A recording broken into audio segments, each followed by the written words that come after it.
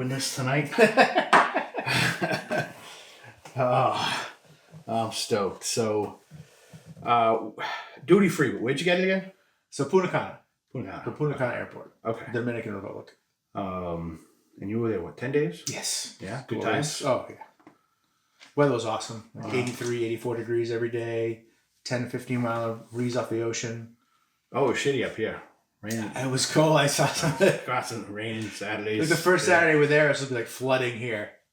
I mean, summer's not even going to exist up here in New Hampshire this year. It's just going to right into fall. I'm going to go spring to fall. I would check my phone in the morning in case anything, was happening. And I leave it in the hotel room all day long. I check it in the evening just to make sure no one needed me and whatnot. And then it was nice just to be completely disconnected. Didn't watch any TV. Didn't really use my phone. Just me and the wife reading books, hanging by the pool, having cocktails. That's nice. Watching the pretty girls in the bikinis walk back and forth. Do I have to edit that out? No. She points them out. It's fine. Oh, good. Good. All right. Nice. Did we get pictures? Were you creepy over No, there taking pictures? No pictures. No Okay. pictures. I mean, it's not creepy if I look at the pictures you take, right? I mean, if you're the one on the beach taking pictures of the young ladies, that's creepy as shit. But if I look at the pictures that you take, I think that's okay. I don't know. I think that's all right. So on your way back, you grabbed this? Yes, because Yep. I suppose I just didn't want to carry it around all week. It wouldn't have made it. You would have just consumed it. So this is an 18-year PX sherry, Pedro Ximénez, Balvenie. And remind me again what you paid for this? $220. $220. Which is actually a little cheaper than I thought it would have been, quite honestly. I thought an 18-year Balvenie, I don't know, Balvenie's just gotten out of hand. So I thought that was reasonable. With the 16 French oak being 180, that's about. Well, I didn't think it was out of line for the other things. So a little clip here. Maturing for 18 years in traditional American oak whiskey barrels to develop notes of warm honey and vanilla, which vanilla is a characteristic of American barrels. Before a finishing period in Pedro Ximénez sherry butts brings a fusion of sweet lavender, mandarin, fig, and subtle clove. So I really expect the fig to shine here. Mandarin. So we're gonna see if we pick up a little bit of an orange or a zest. Yep. Yeah. I don't know. The marketing copy on there usually doesn't jive with what I taste. But I agree. It's every now and then I'll get one nugget out of the 15 that they put on the bottle. And ultimately, who gives a damn anyway? Do you like the juice? Yeah, like I love the Redbreast PX. Yeah, we're gonna crack this. 48.7%.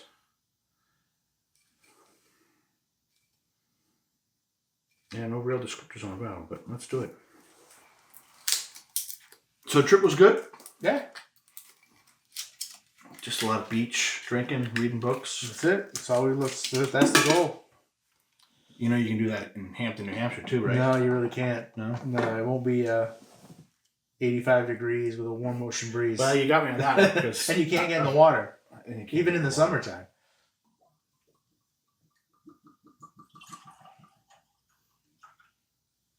Also, there's no place in Hampton I can stay for 10 days. It's all inclusive for the same price. So, it goes without saying. I assume you have high expectations. I do. Unfortunately, I do have such high expectations that it's going to be hard to match it. Yeah. What's your favorite Balvenie? So, the French oak. Yeah, that's up there with me. I don't know if I could tell you my favorite. I don't know if I know. The other one you brought from Duty Free a few years ago. That was Maduro finish. Maduro is actually from Florida. Oh, that one's from Florida. Total Wine. I do like to check out liquor stores and new places to see what I can come home with. Yeah, so don't I. Right, because we have kind of a regimented option here in New Hampshire.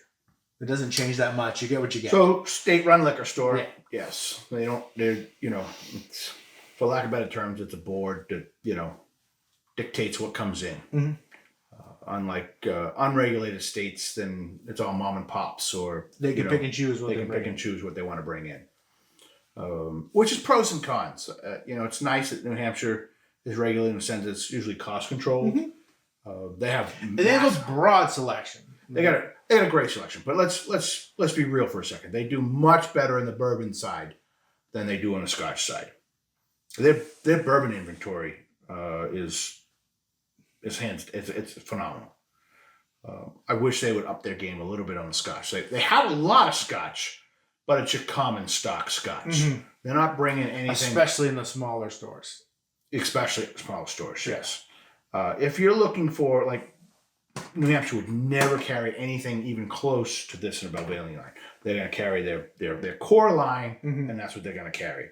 They don't get too involved too often with going off the rails. Yeah, getting that specialty bottle. And that's why I, just like you do, you use a jet plane, I use my car, but I also frequent. I'll be going to Virginia soon, and although Virginia is also a state store as well. But they do a really good job. They obviously have some buying power themselves, so I love shopping Virginia state stores. Well, and you've got a very affluent especially population. where I'm going. Yes, yeah. I'm going to be staring at some really pricey options that probably won't make the trunk. Yeah, I mean there were some. I mean at the duty free, there were $4,000 bottles on the top shelf. I wasn't bringing any of those home. 30 years. Slacker, this guy. Seriously.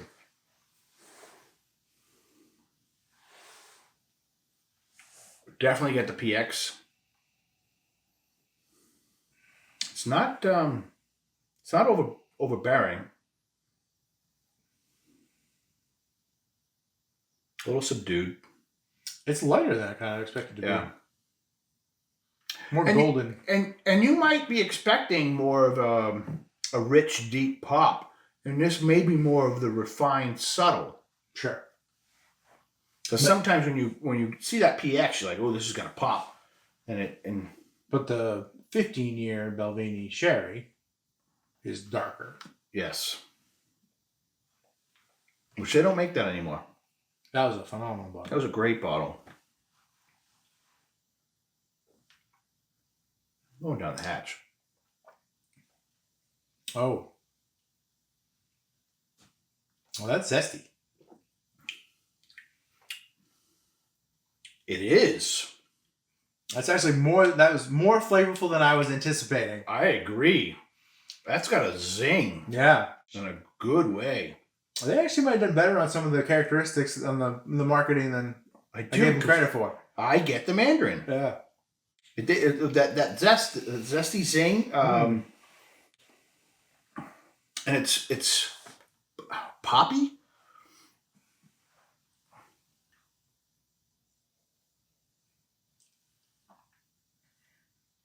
So it's lighter and sweeter with a full flavor. I was expecting maybe a little heavier. The second sip. So the first sip I had, maybe it was too big of a sip, but and in a good way. I mean, it was like a spike ball coming down the middle. Mm-hmm. Zesty, poppy, zingy. Second sip, still get the zest, but now everything's kind of balancing out and settling in.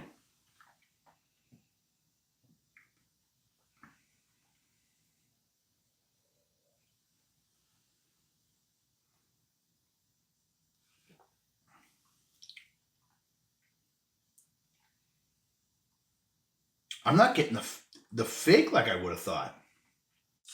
Yeah, so it's not that darker fruit that you tip. It's much more the orange, much more the mandarin. I'm blown away by that. I would have thought this would have been really fig, dark fruit heavy, and really, honestly, I think it has a real distinctive difference than the other Balvenies. Like I would also agree with that. It has its own, it stands alone in its own kind of profile. Well, if I didn't know, I would not have thought this was a Balvenie. I'll say that.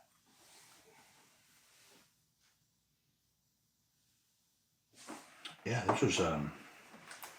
I knew I was going to like it, but I guess I didn't know I was going to like it for the reasons I do.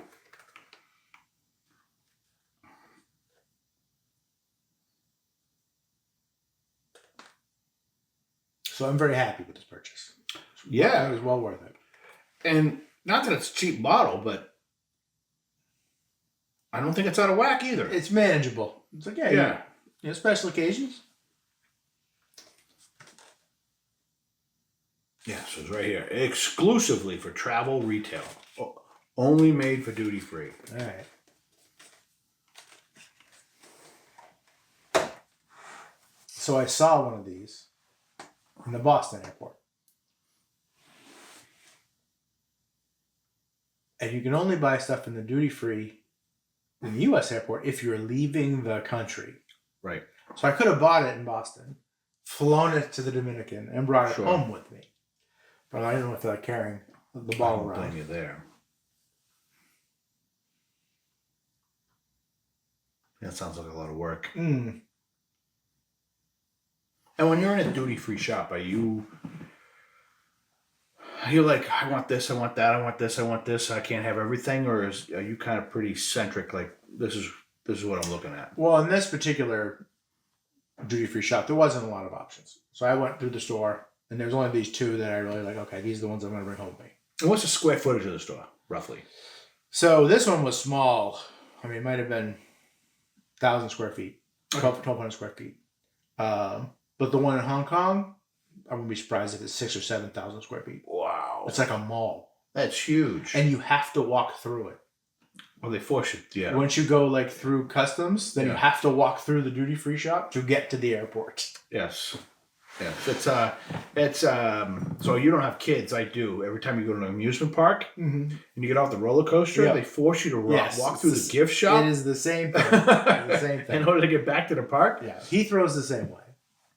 Which I can walk through a gift shop without buying anything. My kids and my wife, however, totally different story. Get roped right into it. Maybe you're right. Maybe it was the Medora I picked up on the cruise. Yeah, I don't know. I think that was also a... I thought the Medora was a duty-free as well. It might have been, because that could have been October. Which to a certain extent is sad. That there's no other way to get some of these things. Yes. But at the same time, they're forcing you to buy it while you're there.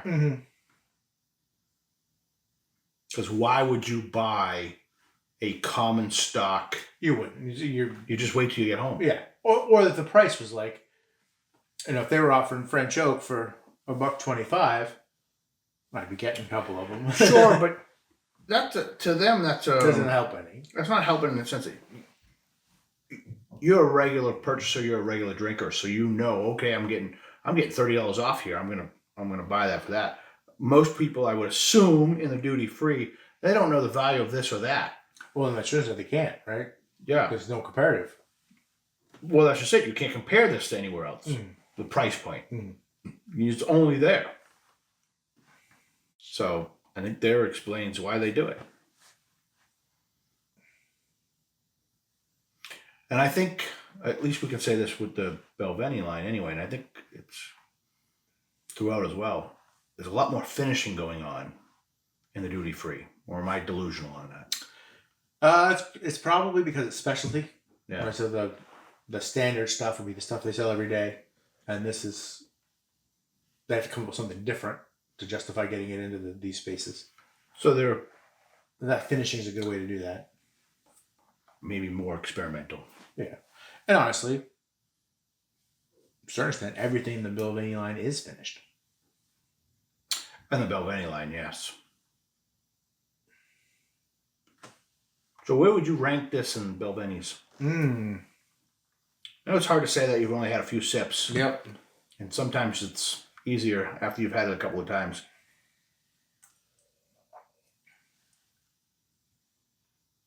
For the record, Balvenie might be his favorite. Oh, it's definitely my favorite. Yeah. But it's also my most trusted.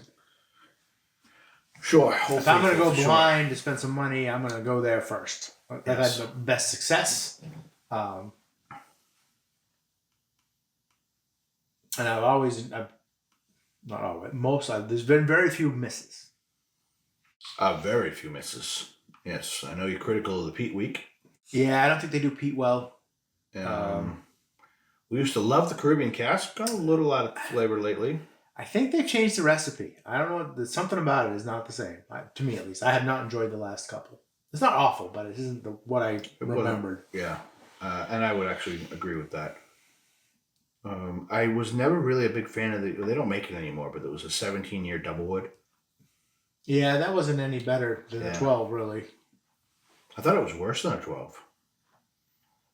And usually you expect with the age, you at least get the more refinement or what have you. And, maybe you can't justify the price point, but you can at least pick out the nuances that make it a little better. Just was never a fan of the 17-year. But everything else they've done, been a home run hit. We talked, they don't make the 15-year share anymore, but that was really good.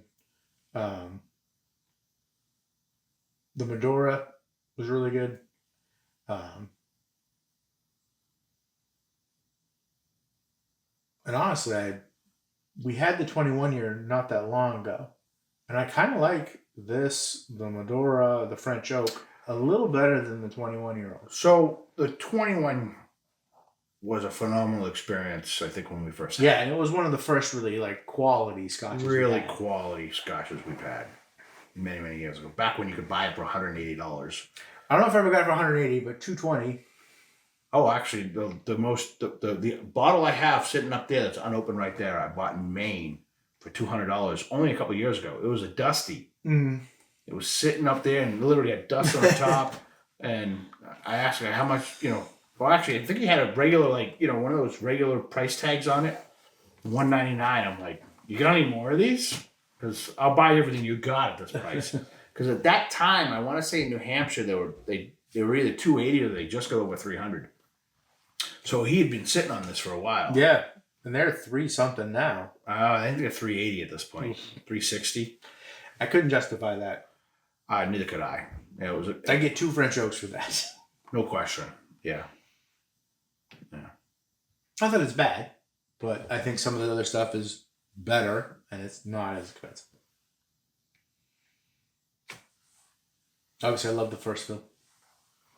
That's actually probably the best bang for the buck one they have. Yes.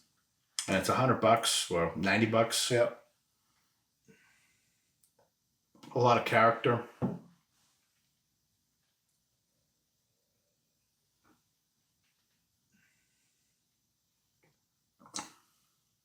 I picked up a new art bag a couple days ago. What's this one's story?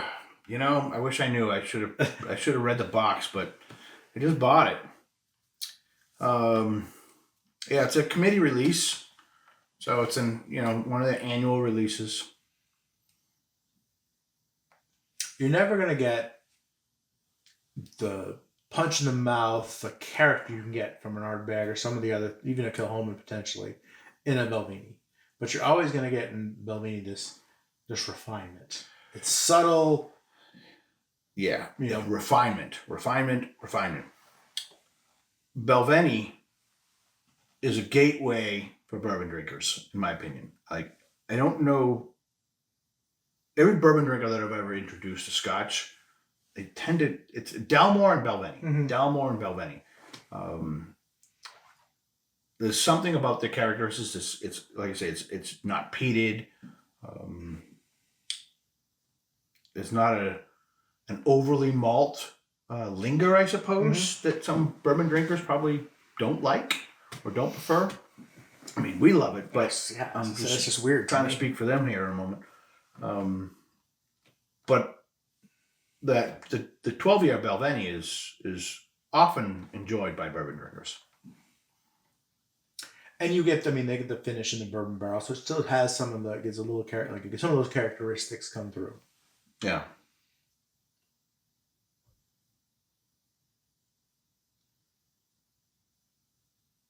Which is interesting that I like the first fill because it's only bourbon barrel.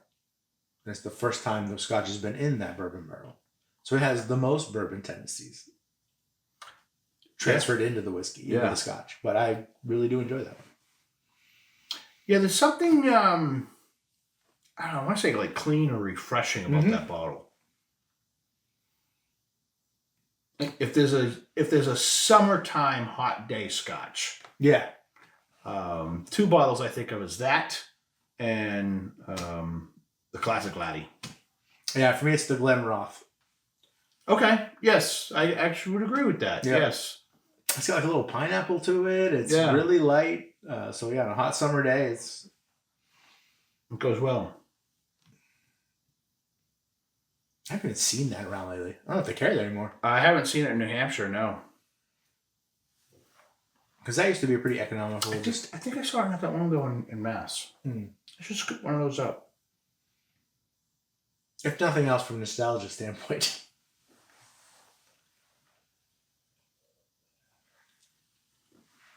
This is delicious. I suppose we should rate it, huh?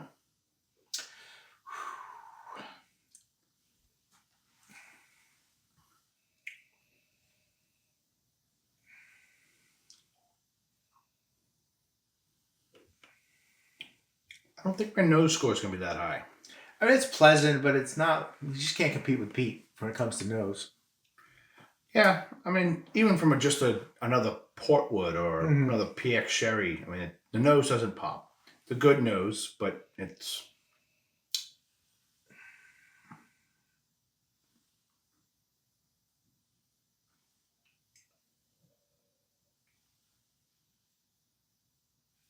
I'll go 8.4, 9, 8.8.